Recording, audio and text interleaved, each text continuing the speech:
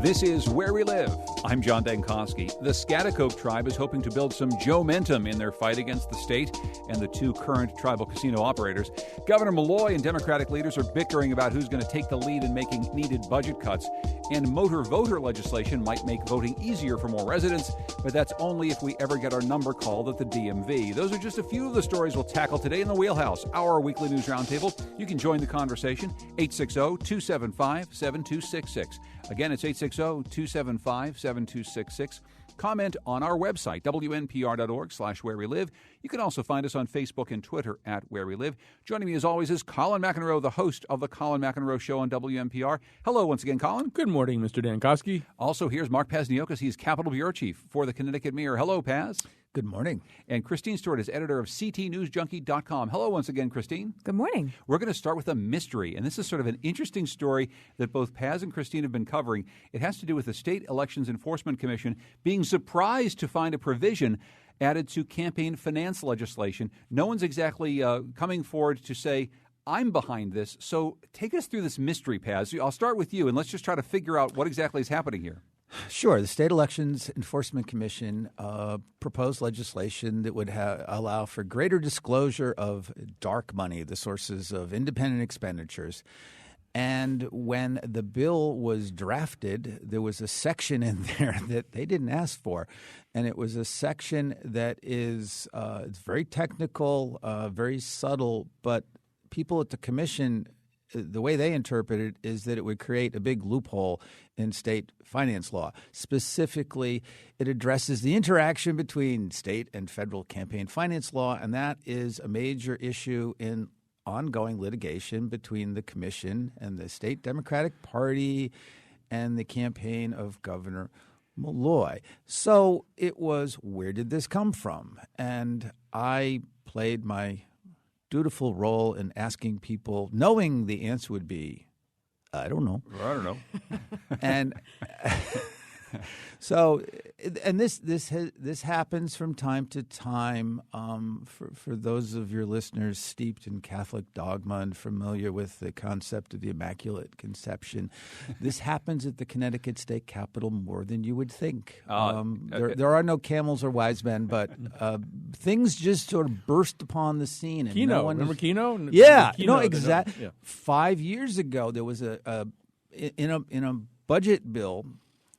About this time of year, maybe a month later, there was a provision that suddenly magically appeared that would have taken control of the state's public financing of campaigns from the nonpartisan Elections Enforcement Commission and handed it to the elected office of the Secretary of the State.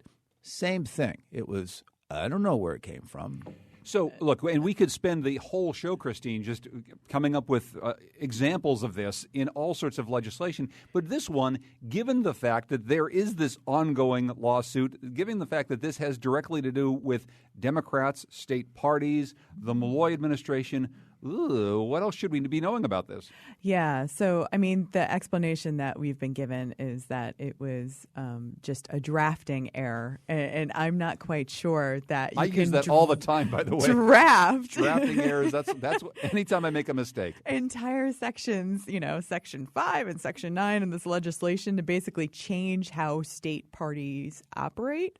I don't understand how that is some sort of drafting error. So, I'm skeptical, but, as Mark said, we don't really have an answer still. But before I hear from Colin, though, on this, so there's this drafting error that is found. Is it now revised? Is the legislation that the State Elections Enforcement Commission wanted to write actually the legislation that the people are considering now? Well, so the General Administration and Elections Committee will have to make that decision whether they want to rewrite the legislation and pass a revised version of this legislation.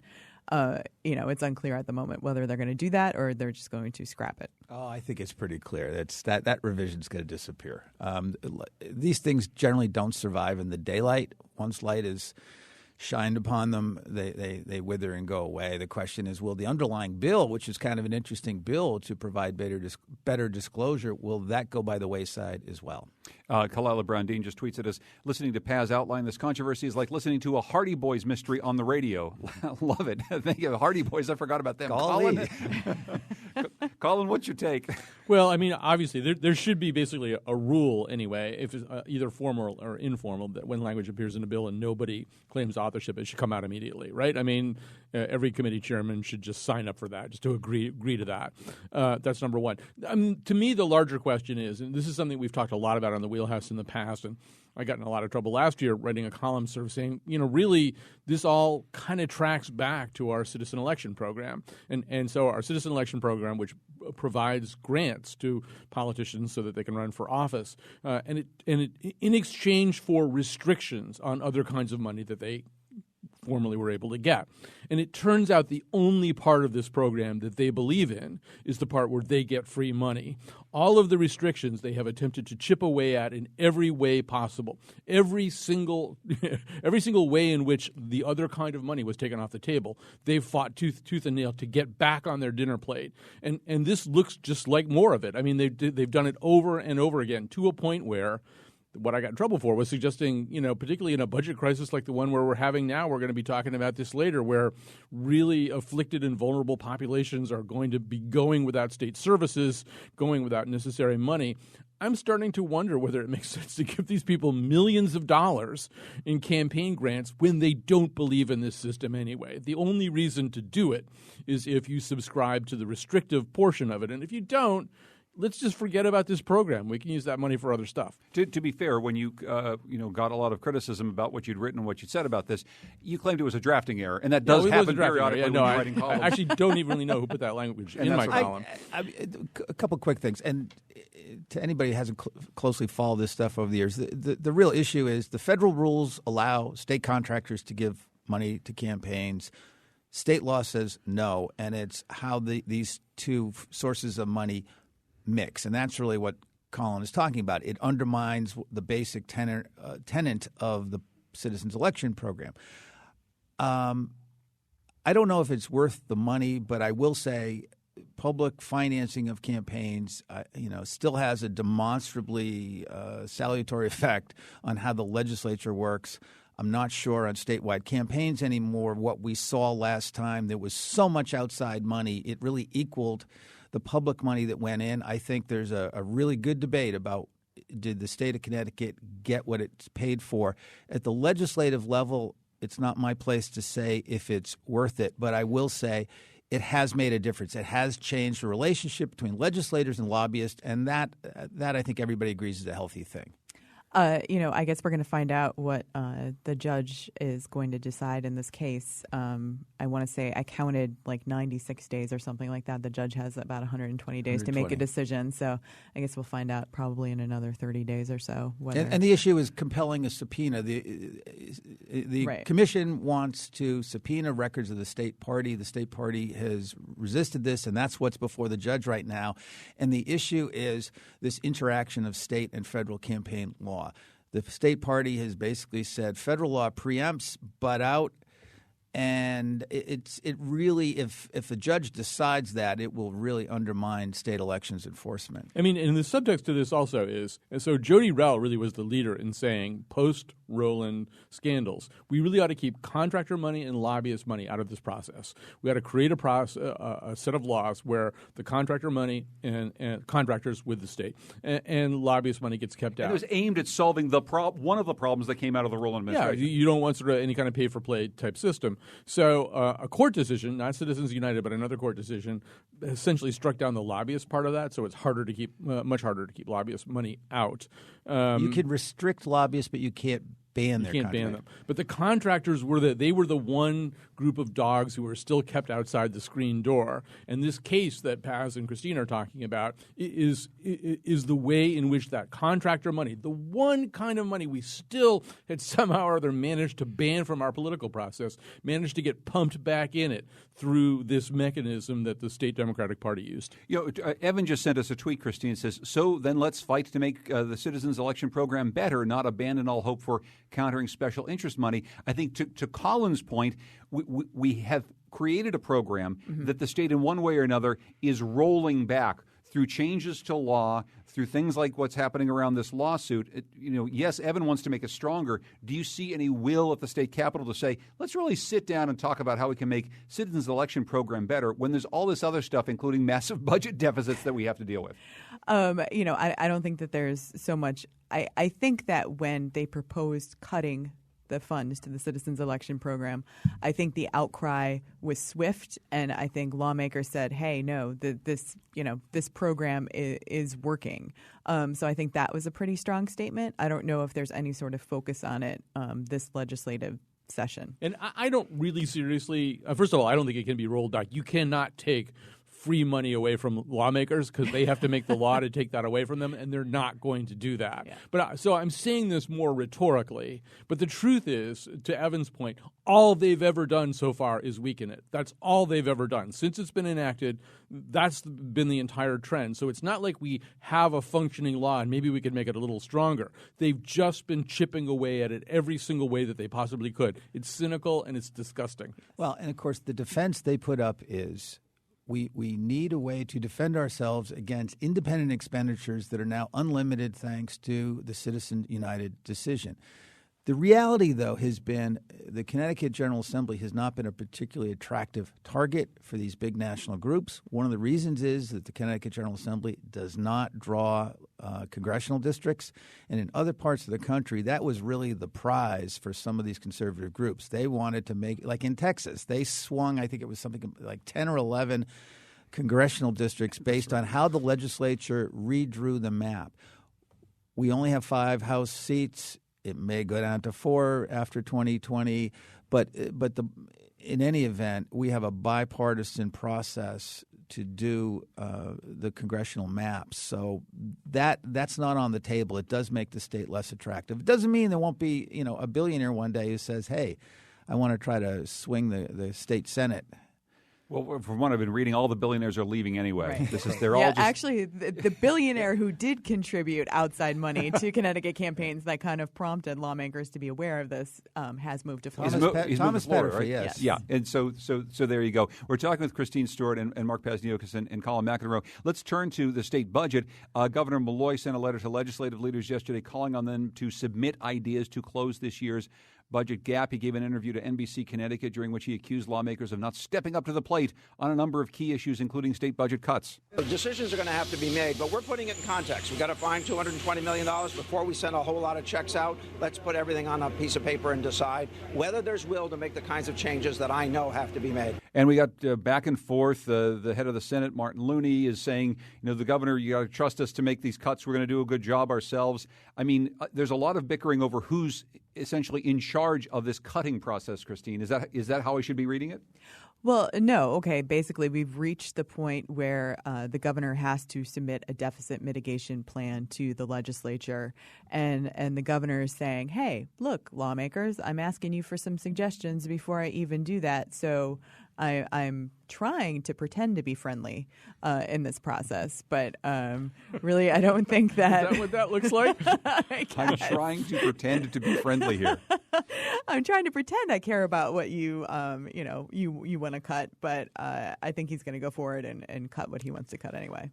On Friday, there was an extraordinary exchange between the House Speaker Brendan Sharkey and Malloy's staff. Now, Malloy was still out of state at that point. Sharkey made a correct and, in my view, a reasonable criticism of the governor when it came to this Yukon contract, which has now become the symbol. It's really become this outsized symbol of is the legislature willing to make hard cuts or not? This has to do with raises. This has to do with Yukon. Raises professional for non-teaching staff. So the Yukon trustees and the union put forward a contract to the legislature with raises.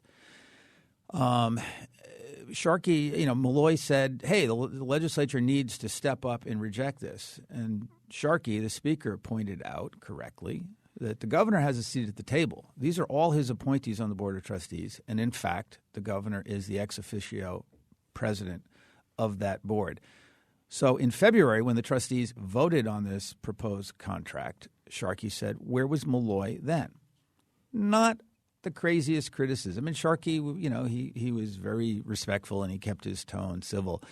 The governor's office, which has been frustrated, they've had this sense of they have not controlled the message on budgeting. I'm not sure messaging is the biggest problem with the budget right now. I think that's fair to say. I think that's pretty fair to say. But Mark Bergman, within minutes, and they begged me not to post a story right away without their chance to respond. And they came back with this very hard-hitting response saying that Sharkey's just trying to deflect attention from his own inability to control his caucus. And so a couple thoughts on that. Sharkey made his criticisms after emerging from a House Democratic caucus. Anybody who's interested in how to govern would pay attention to that fact and interpret that as the speaker coming out and channeling the resentment and the feelings of his caucus towards the governor on that. So that's the interpersonal atmosphere at the Capitol right now. They all met yesterday. People seem to be adopting a more reasonable tone, but I think we're going to see that for the rest of the session. The legislature's trying to run for re-election. There's a lot of angst among Democrats. Malloy's not on the ballot, and you have that dynamic as well. Governor Malloy's been on the job enough so that he's now discovered which things he doesn't like doing. And one of the things he doesn't like doing is being the guy who issues a whole bunch of cuts in order to balance the budget. It's one of his least favorite parts of the job. And it's a shuffleboard disc that he has tried to shove towards the legislature as much as possible. That's some of what you're seeing here. But the thing that he's talking about, which at least sounds really good, is the thing that we all wish and hope would happen, which is that a budget, particularly a budget in a really lean, difficult year, would be looked at in terms of the merits of the cuts, the merits of the things worth proposing, as opposed to the ability of various interest groups and stakeholders to get the ear either of the governor or the legislative leaders. How good are your lobbyists? Those kinds of things. And I think it's sort of everybody's grand suspicion that latter set of consideration trumps merit an awful lot of the time. And so what the governor is paying lip service to anyway, I'm not really sure he subscribes to it, and I'm not really sure even if he did that he would be capable of creating an environment where it would get debated that way, is let's look at everything. And so we always do the hospital payments this way. Well, do we do them this way because this is the best thing to do with our money and the best way to deliver that money, or do we do it because they've got good lobbyists or that it just sort of become an accepted practice? Let's look at everything on that basis. I think that's what he means when he says, let's write everything down on a piece of paper. But at the same time, there's only, 3/4. We're done with 3/4 of the fiscal year. So there is very little left to cut in this budget. Yeah, right? Done with 3/4 of the fiscal year. We still are running a deficit in this fiscal year.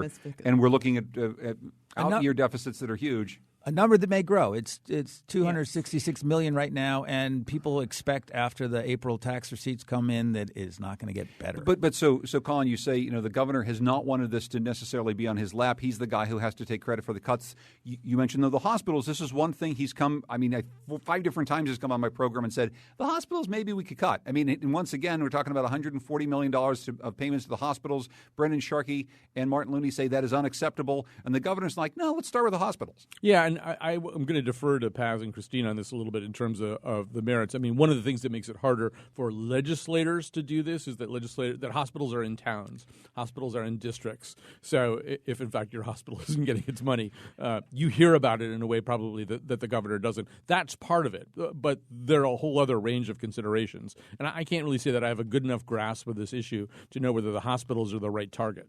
Christine? No, I just say that, it is, some of this money is Medicaid, and so some of the money isn't necessarily from the taxing of the hospitals and does need to be passed through to the hospitals.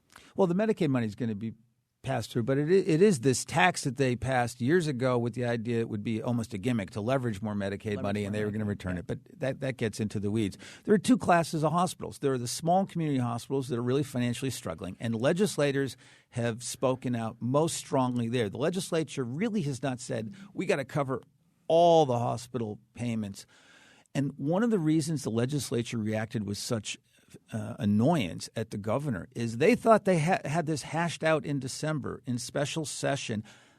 This is the case of they had a deal. They thought they had a deal, and the governor and seems to have so gone back on it's that not deal. just that the governor did something they disagree with. The governor did something they disagree with, and they thought they had an agreement not but to be do it. fair, I mean, they had a deal in December. It doesn't matter when they had a deal.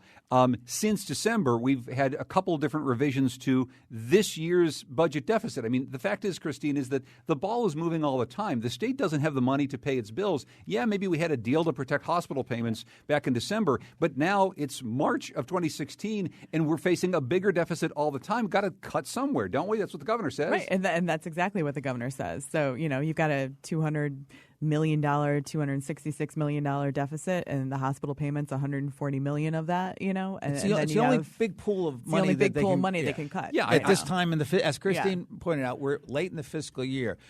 These are one of the big payments that haven't gone out the door yet. So that's why they say, let's do this. And that's why, Colin, just to my point, deal schmeal. I mean, yeah, we have deals, but we got to actually have a budget that balances, and we seem to not have the money to cover our bills. Yeah, I mean, once again, this is. I wish I had a real dispositive thing to say about this, as opposed to running my thumb down the knife's edge of it. On the one hand, I think Paz and Christine would say that if, in fact, you can't bargain in good faith with one another, if you can't reach accords that you then stick to, it makes it really difficult for the governor's office and the legislature to function in the future.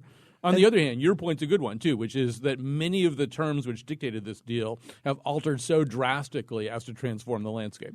And I probably mean the last thing. The bigger picture here is the governor is trying to reset expectations about what state government can afford. And when you look at these town hall meetings he's gone to, the messaging has been startling different. He is now saying Connecticut's glass is half empty. He's always been the guy who said it's half full, it's on the rise. At one of these meetings, he said something that was startling to me, and I don't mean his confession that he's imperfect. I'm talking about he pointed out that, yes, the private sector has recovered 100% of the jobs lost in the recession, but now he's saying, but they're lower wage jobs. They're producing less money, and Connecticut must adjust, if not in a permanent fashion, then in a long-term fashion about what we can afford. So when we come back from a break, we're going to be talking about another issue that nominally has to do with jobs, but it also has to do with tribal sovereignty, a new casino in Connecticut, and it involves Joe Lieberman. Oh, Colin will love to talk about this. We're talking in the Wheelhouse today with Colin McEnroe, with Christine Stewart of CTNewsJunkie.com. You just heard from Mark Pasniokis of the Connecticut Mirror. We'll be right back where we live.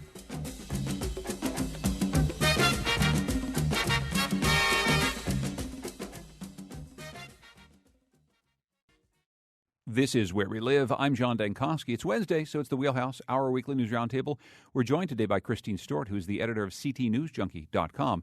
Mark Pasniokis is the Capitol Bureau Chief for the Connecticut Mirror, and our own Colin McEnroe. What's coming up on your show this afternoon at 1 today, Colin? We've been talking about this show for quite a while, that there is an awful lot of scholarly research, some of it scientific, some of it in the humanities, that sits behind paywalls, usually the so-called JSTOR paywall. And a lot of it is taxpayer-funded, too, so it's kind of like, why can't we read it?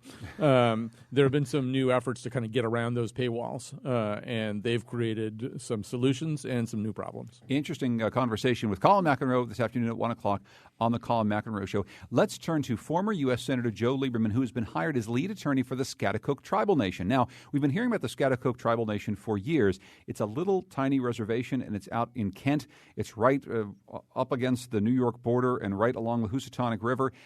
They have been trying for federal recognition for quite some time. The state of Connecticut's fought pretty hard to make sure they don't get that federal recognition. They want to get into the casino business.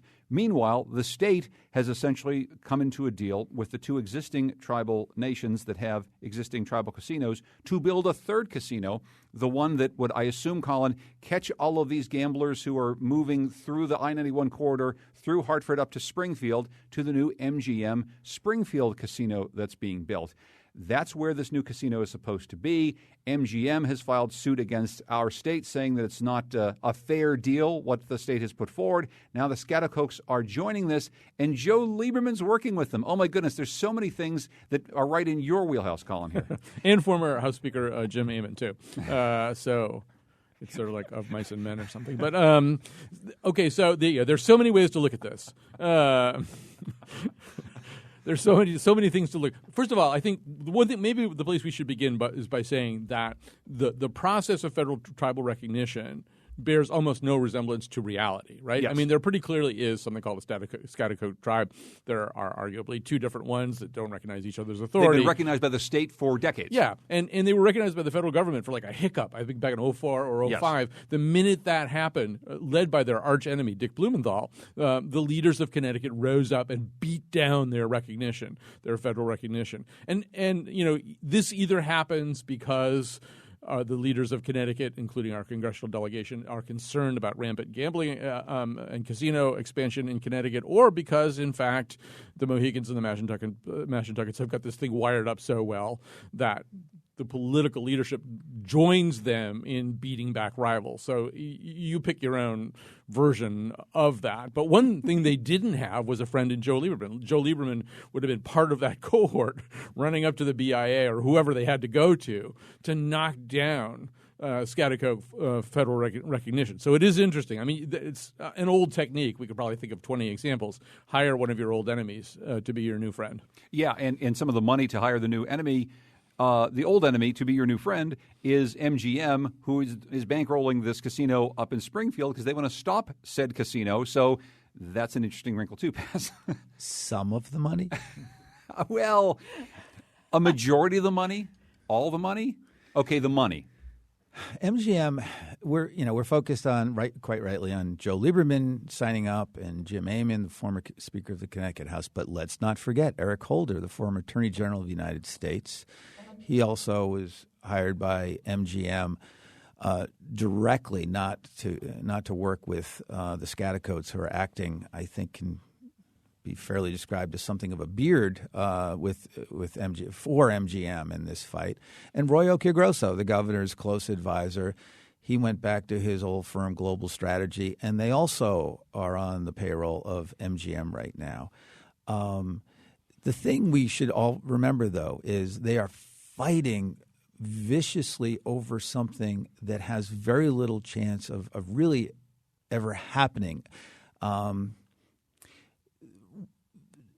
Nobody has answered the questions that the Attorney General, our Attorney General, George Epson, current Attorney General, yes, current. raised a year ago about the significant legal problems in allowing an expansion of casinos off tribal land. So you got to keep that in mind, that all that they're really fighting over is kind of a fig leaf of a law that allowed the Mohegans and the Pequots to go out and try to get support in local communities so they can come back to the General Assembly and say, hey, we have a willing local partner. Will you let us build it? Well, and that willing local partner, the only problem is the Scaticokes are saying a hand-picked a partner. The problem they see is the state's getting into bed with these tribes and saying, you're the only ones. There's a lot of casino developers who might want to get into this business of building a third casino, but we've chosen to.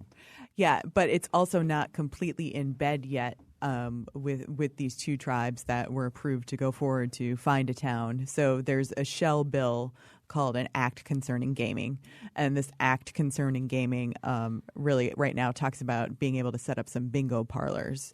But it's thought to be, possibly the vehicle to go forward to the legislature needs to approve legislation in order for these tribes to actually go forward and build a casino. But we've heard that there's a couple towns that are out of the running, a few towns still in the running. Among those towns that are still in the running is the troubled city of Hartford, which is facing its own budget deficits. Our own Jeff Cohen sits down and talks to the new mayor, Luke Bronin, who's always been like, nah, casino not so much. And the last time Jeff talked to Luke, he's like, well, I don't know. I mean, if they want to build a casino here. And so now all of a sudden yes, Paz, you're right. It might not be a realistic possibility, but the fact is we're spending an awful lot of money to do it. It's a city like Hartford saying, maybe. And MGM, their goal is they don't want anything built Hartford North. So they're saying, you know what, Connecticut, you got a great idea, the idea of expanding gambling, but really look at Fairfield County because that's underserved. and MGM, they need the Scaticodes in this because MGM is barred from really building a casino in northern Connecticut because their deal with Massachusetts, there is exclusivity. There is a zone where they cannot build. So the Attorney General's Office of Connecticut has said BS. You've got no way to build what you say you're being disadvantaged from proposing.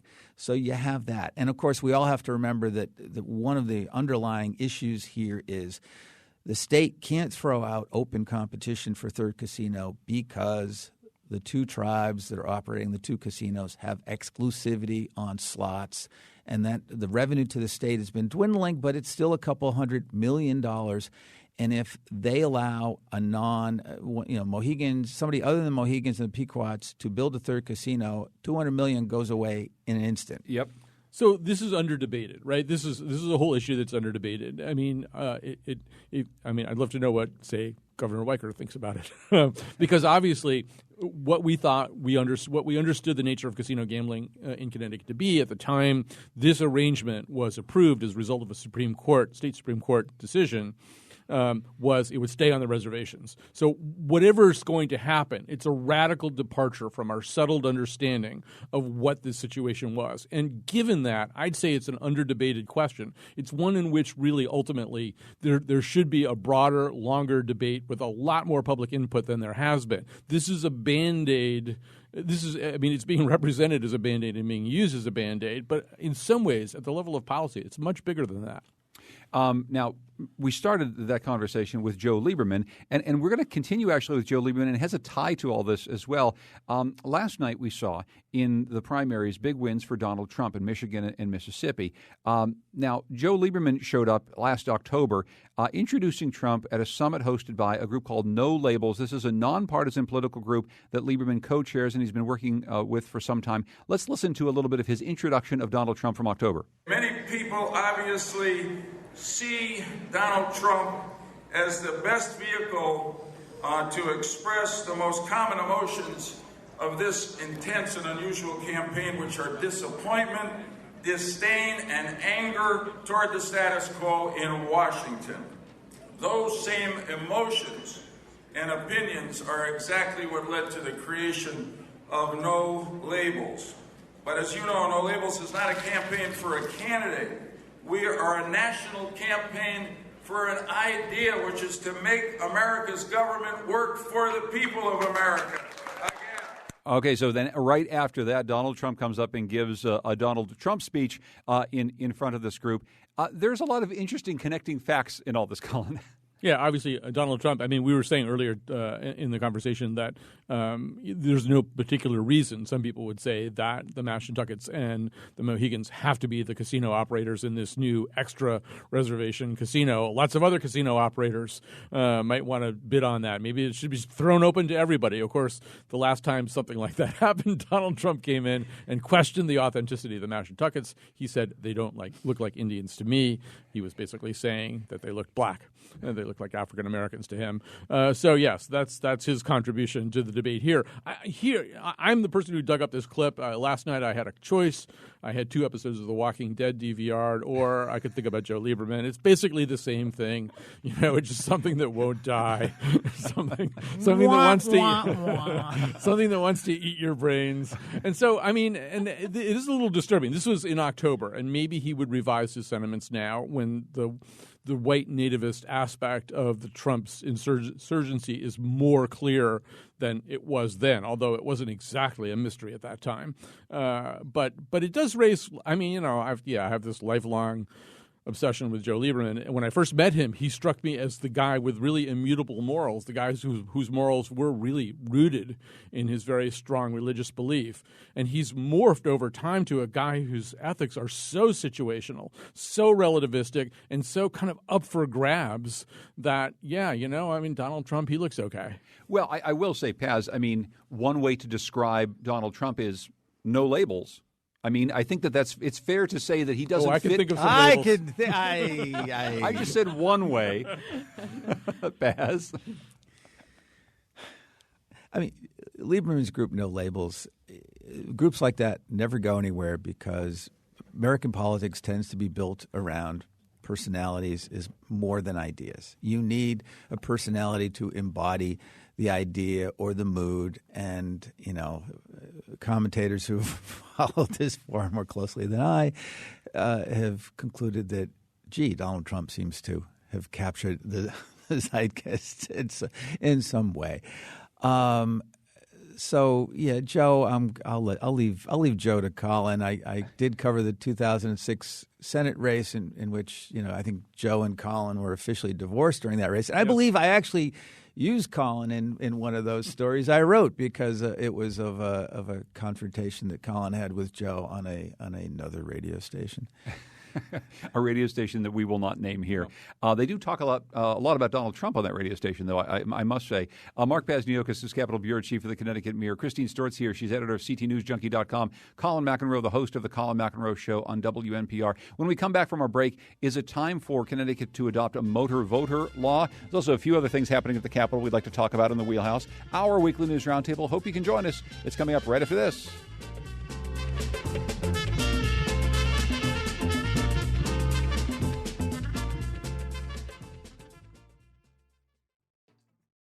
This is Where We Live. I'm John Dankosky. Coming up tomorrow, in his new documentary, Connecticut journalism professor and columnist Frank Harris spotlights what is inarguably one of the most controversial words in America. We're going to take a look at the N-word, a bit about the history and some of the current context with Frank Harris and some other guests. That's tomorrow's program, Where We Live. Today in the program, we are talking, in the Wheelhouse about state politics and news with Colin McEnroe, the host of the Colin McEnroe Show on WNPR, Christine Stewart, the editor of CTNewsJunkie.com, and Mark Pazniokis, Capitol Bureau Chief for the Connecticut Mirror.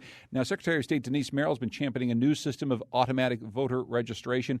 She says a type of a motor voter law would make government more efficient. It would save money. It's good customer service. We've talked a lot, Colin, about trying to open up voting to more people, different ways in which this can happen. The only problem that some people see is this would be tied into the workings of the state DMV, which has proven itself to not necessarily be right now the most efficient of state government agencies. Maybe not the greatest timing right now is to ask DMV to do something new. So first of all, we should say this is a highly political question. And so Democrats tend to think that and I now tend to think, I've evolved over time on this, that basically you should be registered to vote unless there's some compelling reason, not to. So the default should be you have a chance to vote in this country unless there's some real reason. And of course, Republicans in the South say you shouldn't be able to vote unless you can sing 3 Pat Boone songs or some real white thing.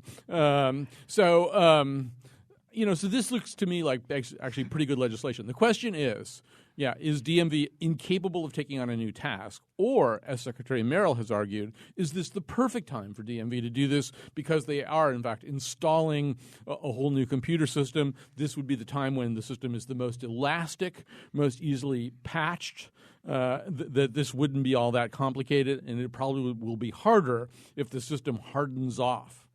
Christine? Yeah, no. So the Registrar of Voters organization is opposing this. It seems that the argument that they are upgrading the system right now, and maybe we should be adding this as a question or a choice that you can check off on one of those print screens that is in front of you. The Registrar of Voters don't like this because they don't think that they're going to get any better information than they currently get, and that it's going to complicate things. And because the current Registrar of Voter system is really awesome and just foolproof across the state, as we all know, right, Paz? The registrars periodically are the ones who get out, open their window, and say, "Kids, get off my lawn." They have resisted most changes, or I shouldn't say most, that's unfair. They've resisted many changes to ease the way. They've resisted same-day voter registration, which allows you to actually register and vote on Election Day, and some other things which turned out to be, pretty good ideas. Connecticut right now is one of the worst states in the United States as far as participation in registering to vote through the Department of Motor Vehicles. So this is not a crazy thing to look at. It probably will be killed by people just rolling their eyes and saying, DMV, leave them alone. Merrill's argument is, I'm not saying you got to do it right now. Yeah, for God's sakes, fix the computer system and get people registered. But her argument is there's no reason not to pass the law this year and to put her request basically on their to-do list.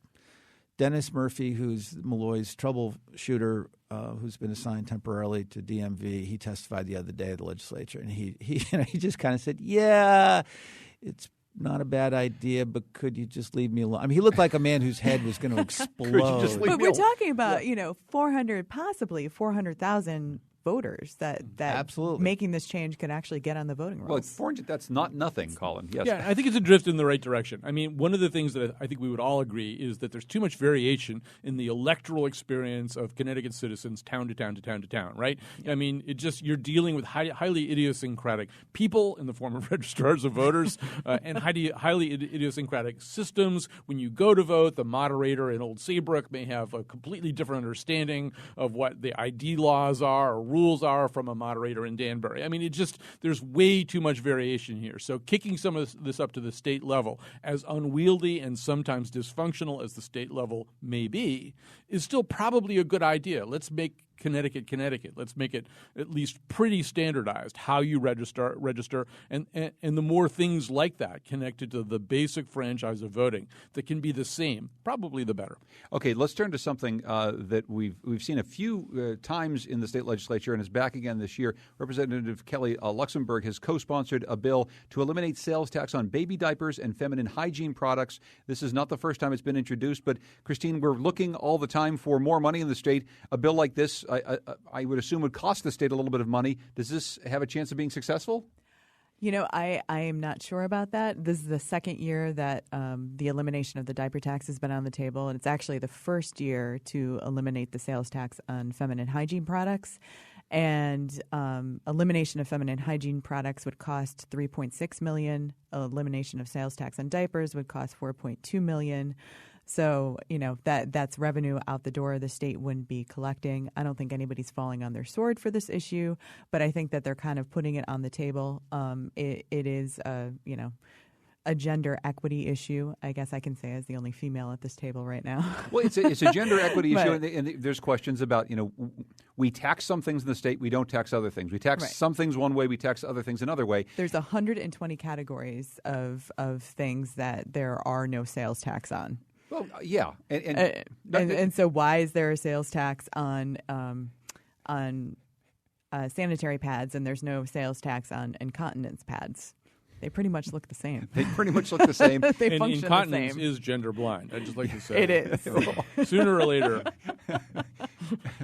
Paz. I feared my career would reach this moment. That's really all. No, the legislature, does have a habit at times when they're faced with, a claim or an argument of inequality and it costs money, and they'll say, "You're right. So we're going to pass a law to repeal the tax, but not this year. It'll take effect in 2 years." I'm not saying they're going to do that, but that is one out. The other out, and listeners, I think you should brace yourselves for a far broader look at how Connecticut's tax structure will change in 2017. You could see, you're going to see a big examination of what should be taxed, what shouldn't be taxed. Should the sales tax really apply to everything and have a slightly lower rate? Is that fair?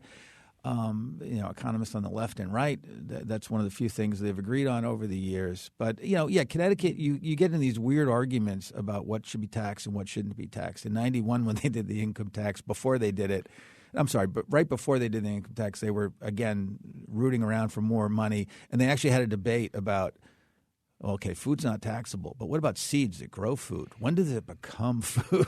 Well, and then there was the whole debate over yoga versus Pilates in 2011. Why was one taxed and the other one not taxed? And I'm just going to quickly say, my wife started a yoga studio last year. And now I'm dealing with state sales tax on yoga as a service. But look, I mean, not to get all Steve Forbes on this column, but any time that you have 120 different categories of what you can and cannot tax, it just seems ridiculous, and it doesn't seem to make much sense currently. And is there just a way to flatten this out and say, my goodness, we need to tax a whole bunch of stuff because we need revenue at the state, and just make a different rule for everybody? One option is to just get rid of all the carve-outs. The other option is to at least apply some kind of rationale to them. And to me, and one thing that we haven't said here, I mean, the reason that there should be exemptions are to avoid regressive practices. So one thing we haven't said here is that poor people need tampons and diapers just as much as affluent people, but they bear the brunt of the sales tax disproportionately. So, if there's a principle worth sticking to and invoking, it probably shouldn't involve yoga and Pilates. It should involve necessities that poor people have to go get, and if they have to pay the sales tax, that means they're bearing a disproportionate brunt of it. That's, to me, the only reason to have a carve-out. I think this is the moment to point out that Connecticut this week did arrest a dry cleaner in Avon for failing to collect a surcharge on dry cleaning for environmental purposes. I've never seen that one before. And I think it really is, there's an argument to be made that these things are for medical purposes. As somebody who's going through both these stages right now in life, there is a reason to keep your baby clean and dry and not get a diaper rash. So let's move to a last thing here. And Colin, we saw this. Connecticut Senator Richard Blumenthal and New York Senator Chuck Schumer are pushing the FAA to regulate the size of airline seats. This comes from a press release here. The average width of an airline seat has shrunk from 18 inches to 16.5 inches since the U.S. airline industry was deregulated. Over that same period, legroom for airline passengers has shrunk from 35 inches to 31 inches.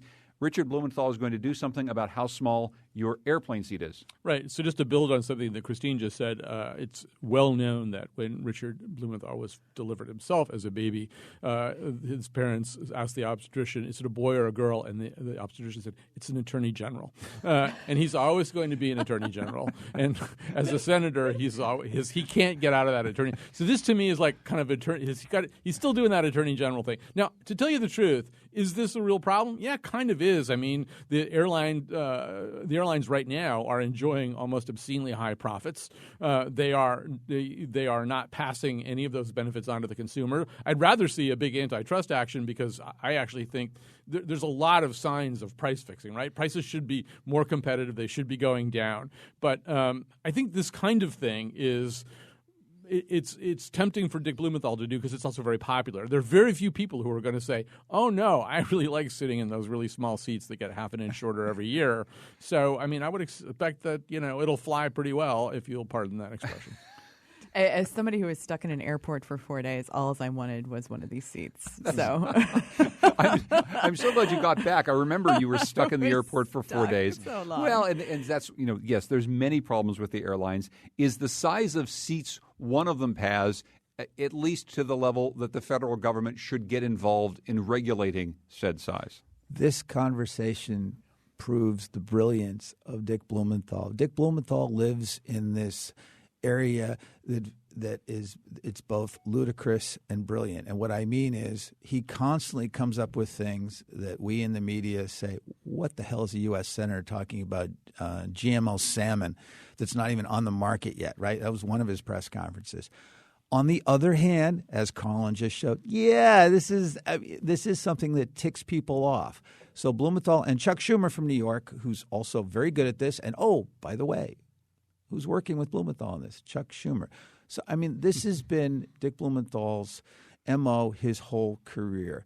He will push these things that are very popular, very populist, and people will roll their eyes and make fun, but yet he is, as far as I can tell, the only politician in Connecticut right now whose approval rating is in the 60s. But I think it was not a bad thing when he was Attorney General of Connecticut that corporations knew that his watchful eye might turn towards them. And the truth is, I mean, there's even a fairly compelling health argument about all this, that your risk of thrombosis and all kinds of other stuff goes up when you're scrunched into a seat for 4 hours or longer. So, I mean, it's not a completely insubstantial issue. Not at all. And I like the idea that the airlines have to be worried about this because they should be worried about something. Yeah, and picking up on what we were talking about earlier, Christina, I will say, as the person on this panel who's the tallest, who is 6'4" and 3/4 inches tall, I will say that this actually is a little bit of a problem. I'm glad somebody's taking somewhat of a look at this. I don't know if it's going to end up going anywhere in the U.S. Senate, but it's at least worth considering. Christine Stewart is the editor of CTNewsJunkie.com. Thanks so much, Christine. Thanks, John. And we're glad you're out of the airport finally. It's good to see you once again. Mark Pazniokas, Capitol Bureau Chief for the Connecticut Mirror. Thank you, Paz. Your seats are very comfortable. Oh, we try. And Colin McEnroe, host of the Colin McEnroe Show on WNPR. Thank you, Colin. Please return your tray table to the upright position. Our show is produced by Lydia Brown with Tucker Ives. Our technical producer is Kyone Wolf. WNPR's digital editor is Heather Brandon, the executive producer of Where We Live. The pilot of our ship is Katie Tolarski. Thanks to interns Tiana Duquette and Ben Esty. You can continue this conversation on our website, WNPR.org/wherewelive. I'm John Dankosky, and this is Where We Live.